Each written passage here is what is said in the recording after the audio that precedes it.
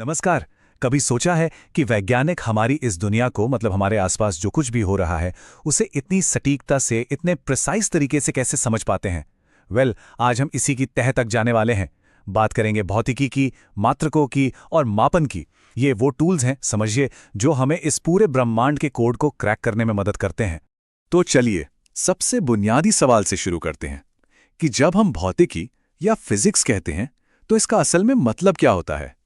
देखिए, फिजिक्स शब्द खुद ग्रीक शब्द फ्यूसिस से आया है और फ्यूसिस का मतलब होता है प्रकृति। तो एकदम इसके कोर में भौतिकी असल में प्राकृतिक दुनिया की ही स्टडी है। ये वो साइंस है जो पदार्थ, ऊर्जा और वो एक दूसरे के साथ कैसे इंटरैक्ट करते हैं इसको समझती है। तो फिर एक बहुत जरूरी सवाल उठता है, हम प्रकृति को सिर्फ देखने समझने से आगे बढ़कर उसे वैज्ञानिक तौर पर बिल्कुल सटीक तरीके से मापते कैसे हैं, उसे डिस्क्राइब कैसे करते हैं? इसका जवाब है मापन में, मेजरमेंट में। दुनिया का सही सही हाल बताने के लिए हमें लंबाई, द्रव्यमान और समय जैसी चीजों को मापना पड़ता है।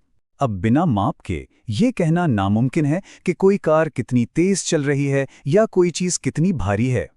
और यहीं पर पहले के जमाने में चीजें थोड़ी उलझ जाती थीं, क्योंकि एक लंबे समय तक मापने का कोई एक यूनिवर्सली एक्सेप्टेड तरीका था ही नहीं, जिससे बहुत ज्यादा भ्रम, बहुत कंफ्यूजन पैदा होता था। जैसा कि यहां साफ साफ दिख रहा है, दुनिया के अलग अलग हिस्सों ने अपने अपने सिस्टम बना लिए थे।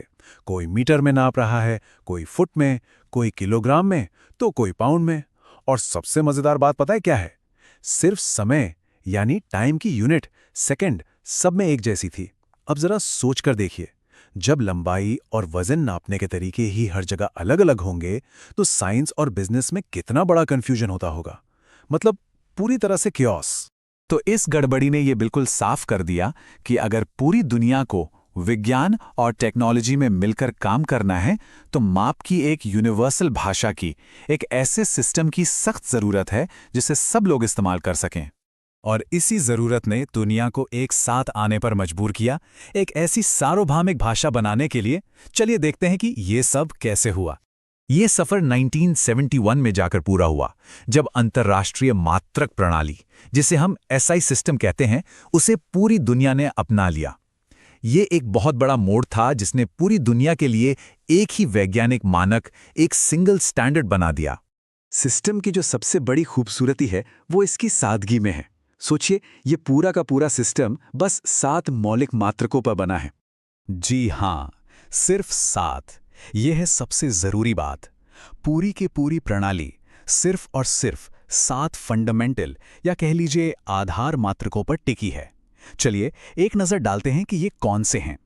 तो ये हैं वो 7 आधार मात्रक। सबसे जरूरी बात यह है कि ये एक दूसरे से पूरी तरह से इंडिपेंडेंट हैं, मतलब स्वतंत्र हैं। इनको ऐसे समझिए जैसे ये हमारे ब्रह्मांड के बिल्डिंग ब्लॉक्स हों, वो बुनियाद जिस पर बाकी सब कुछ टिका हुआ है।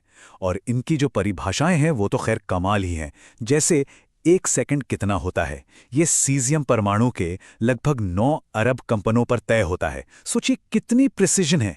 ठीक है, तो अगर ये 7 बुनियादी ब्लॉक्स हैं तो फिर बाकी सारी चीजों का क्या? जैसे कि स्पीड, फोर्स या प्रेशर, उनका क्या होता है? यहीं पर व्युत्पन्न मात्रक या डिराइव्ड यूनिट्स का कॉन्सेप्ट आता है। ये कोई नए या अलग मात्रक नहीं है, ये बस उन्हीं 7 आधार मात्रकों को मिला जुलाकर बनते हैं, ठीक वैसे ही जैसे हम अक्षरों को मिलाकर शब्द बना लेते हैं। चलिए एक उदाहरण से समझते हैं कि ये काम कैसे करता है। मान लीजिए हमें स्पीड की यूनिट निकालनी है, तो हम बस उसका फॉर्मूला लेते हैं। स्पीड बराबर है दूरी बटा समय। अब दूरी की बेस यूनिट मीटर और समय की बेस यूनिट सेकंड को फॉर्मूले में रख दीजिए, बन गया मीटर प्रति सेकंड। है ना एकदम सिंपल और पावरफुल सिस्टम। और यही लॉजिक, यही सिद्धांत भौतिकी में लगभग हर चीज पर लागू होता है, चाहे वो बल हो या दाब या ऊर्जा। ये सभी असल में उन्हीं 7 मूल आधार मात्रकों के अलग अलग कॉम्बिनेशंस हैं। ये हमें दिखाता है कि हमारा ब्रह्मांड अपनी भाषा में कितना सरल और ऑर्गेनाइज्ड है।